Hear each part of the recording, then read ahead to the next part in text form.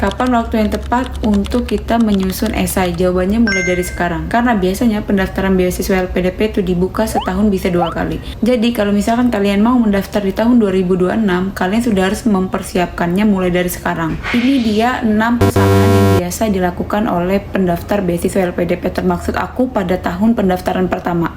Yang pertama, menunggu mood untuk menulis atau menyusun esai. Menunda sampai akhirnya pendaftaran itu sudah mendekati dengan pembukaan pendaftaran beasiswa LPDP.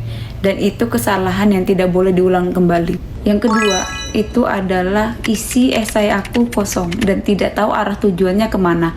Ada permasalahannya tapi di esai aku tidak menjelaskan bahwa permasalahan itu dapat aku selesaikan jika aku melanjutkan perkuliahanku. Yang ketiga, esai kita itu terlalu tinggi. Contoh, biasanya banyak orang menggunakan ingin merubah pendidikan di Indonesia, dan itu solusinya adalah membuka atau memberikan atau menciptakan pendidikan yang baru dengan revolusi yang baik gitu.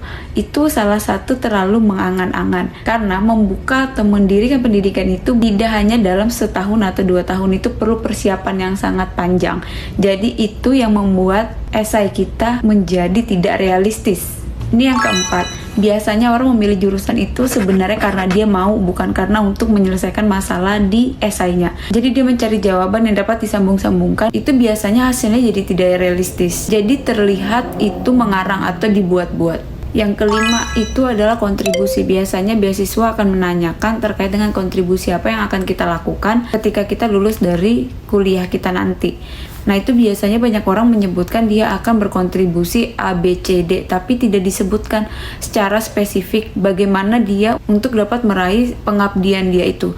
Contoh kayak misalkan ingin mendirikan pendidikan gitu, karena pendidikan di Indonesia itu sangat kurang. Bagaimana cara dia itu tidak dijelaskan di dalam esai. Yang keenam, walau memang tidak banyak, tapi ini ada beberapa orang melakukan, yaitu mengecilkan dirinya atau tidak tahu cara menunjukkan kemampuannya, kapasitas yang dia punya. Jadi tidak dapat diungkapkan apa yang dia miliki atau apa nilai jual yang ada di dalam dirinya.